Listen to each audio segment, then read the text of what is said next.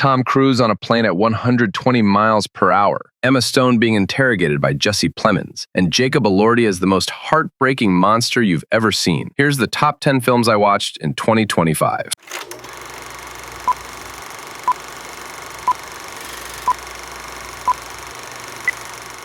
A Navy SEAL platoon trapped in a house in Ramadi with insurgents firing at them from every direction. Alex Garland and Ray Mendoza, an actual SEAL who lived and experienced this story, made something radical here. This isn't based on facts or reports. It's based on memory, and memory under combat stress is fragmented and unreliable. The camera work is loose and handheld. You stay locked in that house with these soldiers. You hear the gunfire, but you rarely see where it's coming from. What got me is the dedication. This film exists so Elliot Miller, a SEAL who was gravely wounded that day and doesn't remember what happened, could finally know. And I think that's powerful. The film was screened for a theater full of veterans. Many of them were there that day. That tells you everything. In fairness, the bomb was actually meant to kill him. Tom Cruise is 63 years old, and he's still doing this. He trained himself to breathe differently at high speeds because oxygen deprivation at 120 miles per hour will knock you out. The biplane stunt alone is bananas. The entire film is bananas. This picks up after Dead Reckoning. Ethan Hunt faces the entity again. There's VR, there's prison breaks, and there's a moment where Hunt asks Luther to trust him one last time. And yeah, this might actually be the last one. After 29 years and 8 films, Cruise might be ready to move on. Whether this breaks even or not, he went out doing what he does best, risking everything for us. Person had left. Oh, you have to die. A college student wakes from a nightmare. She's seen her family die in gruesome ways over and over. And sitting across from her is Tony Todd, dying of cancer, delivering his final performance as William Bloodworth. This is the 6th Final Destination, the first in 10 years, and with 92% on Rotten Tomatoes, it's the best reviewed in the series. It goes back to 1969, when a grandmother had a vision of a collapsing skyscraper. Now her granddaughter inherits the visions, and death is coming for the whole family. The death sequences are elaborate. There are clues in every scene, and every mundane object could be lethal, just as we expect from a Final Destination movie. You're applying to be an expendable? Yeah. You read through the whole application. 2 Robert Pattinsons, 1 girlfriend, and Bong Joon-ho asking, what if dying for your job was literal? Mickey Barnes is an expendable on a mission to colonize an ice planet. His job is to die over and over. He's reprinted with his memories intact. He's died 16 times. But when Mickey 17 survives by accident, he comes back to find Mickey 18 already printed. Now there's 2 of them. The film is about capitalism, colonialism, and corporate greed that treats workers as recyclable paste. It's bonkers and digressive and pure Bong Joon-ho. Mark Ruffalo and Toni Collette play dictators with big white teeth and Fifth Element vibes. It lost money for Warner Brothers, but it's destined to be a cult classic. As one critic said, you can never have too many Robert Pattinsons. I would do anything for you.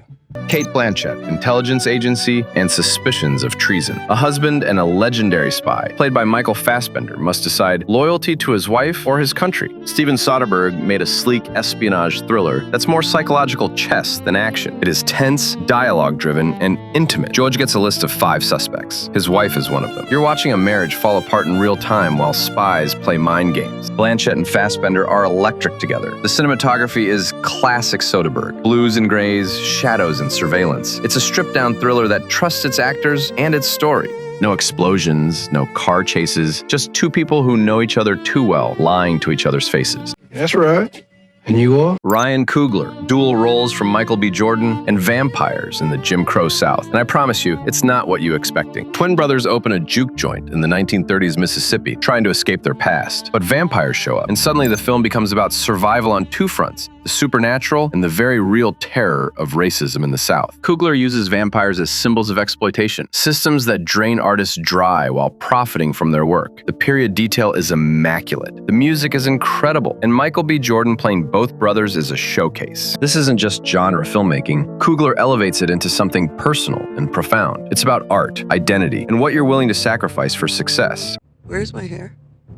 A man kidnaps a CEO suspecting she might be an alien from Andromeda, with Yorgos Lanthimos behind the camera and Emma Stone with Jesse Plemons locked in a psychological death match. This is one of the best films I watched this year. Shot on 35mm with a $55 million budget, this is Lanthimos' most expensive film yet. It's bonkers, surreal, deeply satirical. It's about our conspiracy-obsessed age, big pharma, and the fine line between justified distrust and dangerous delusion. If you want something weird and dark, something that treats you like an adult, Bugonia delivers. It's Lanthimos at his most accessible while still being completely unhinged. unhinged. I need a weapon, man. All you got is goddamn nunchucks. Paul Thomas Anderson, Leonardo DiCaprio, Sean Penn at his best, Benicio del Toro, and a lot of chaos. It's an Oscar frontrunner in a lot of categories, and its actors have gotten a lot of praise and attention. AFI named it one of the top 10 films of 2025, and critics say PTA is at the peak of his career, with complex characters and intricate plotting. It's been called PTA's best film, but I still think it lacks the maturity of There Will Be Blood. If you loved Boogie Nights, There Will Be Blood, The Master, this is what you've been waiting for. Anderson dissects American ambition, greed, and the systems that chew people up. Hi, Papa. Joachim Trier, the Norwegian master, exploring the objects we cling to and the trauma we inherit. Like a family photo with secrets buried beneath smiles, Renate Reinsve and Stellan Skarsgård star in this intimate film about family dysfunction, memory, and the weight of the past. It premiered at Cannes, 8 Oscar shortlist mentions, and both leads earned Golden Globe nominations. I think Trier has a rare gift. He takes Norwegian stories and makes them universal. Everyone has family baggage. Everyone has objects that carry emotional weight long after they've stopped making sense. Sentimental Value explores that intersection of memory and meaning. It shows how families pass down trauma alongside love. It's not plot-heavy. It's character-driven, emotionally dense, beautifully crafted. It doesn't sugarcoat family relationships or pretend healing is simple. And Trier doesn't offer easy answers. He offers truth, and sometimes that's enough. Just for being who you are. Guillermo del Toro's Frankenstein, with Oscar Isaac as the doctor and Jacob Elordi as the creature. I think this is the most emotionally devastating film of the year. The level of attention to details is just unbelievable. The production design, costumes, cinematography, it's all breathtaking. But what elevates this film is the emotion and the philosophical questions it raises. Jacob Elordi plays a creature cursed with consciousness and empathy in a world that doesn't care. Oscar Isaac plays a hateful Dr. Frankenstein, a man who creates life only to abandon it because it doesn't meet his expectations. Del Toro uses Mary Shelley's story to explore humanity at its most monstrous. The film asks, how can we root for the rabbit but not the coyote? Who decides which lives matter? This isn't horror, it's tragedy. It's about consciousness, cruelty, and the curse of seeing how unfair everything is. Del Toro poured his soul into every shot. It honors Shelley while making the story feel urgent for 2025. Frankenstein shows us again why Del Toro is a master. He takes monsters seriously. He sees them as mirrors reflecting our own cruelty. It's beautiful, it's tragic, and it's my #1 film of 2025. And that's my list of the best movies I've watched in 2025. This year gave us everything, from war films to action spy thrillers, and from philosophical monster movies to vampire blues. Thanks for watching, and don't forget to like and subscribe.